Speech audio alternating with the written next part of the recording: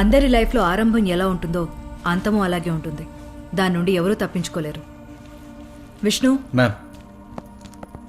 ఇతన్ని ఆటోలో పంపించండి. ఓకే మ్యామ్, రండి.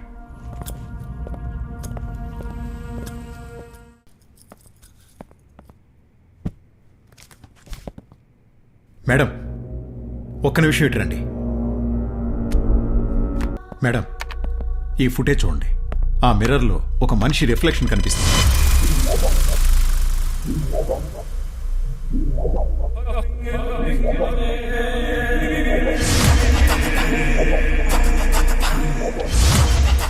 What the hell?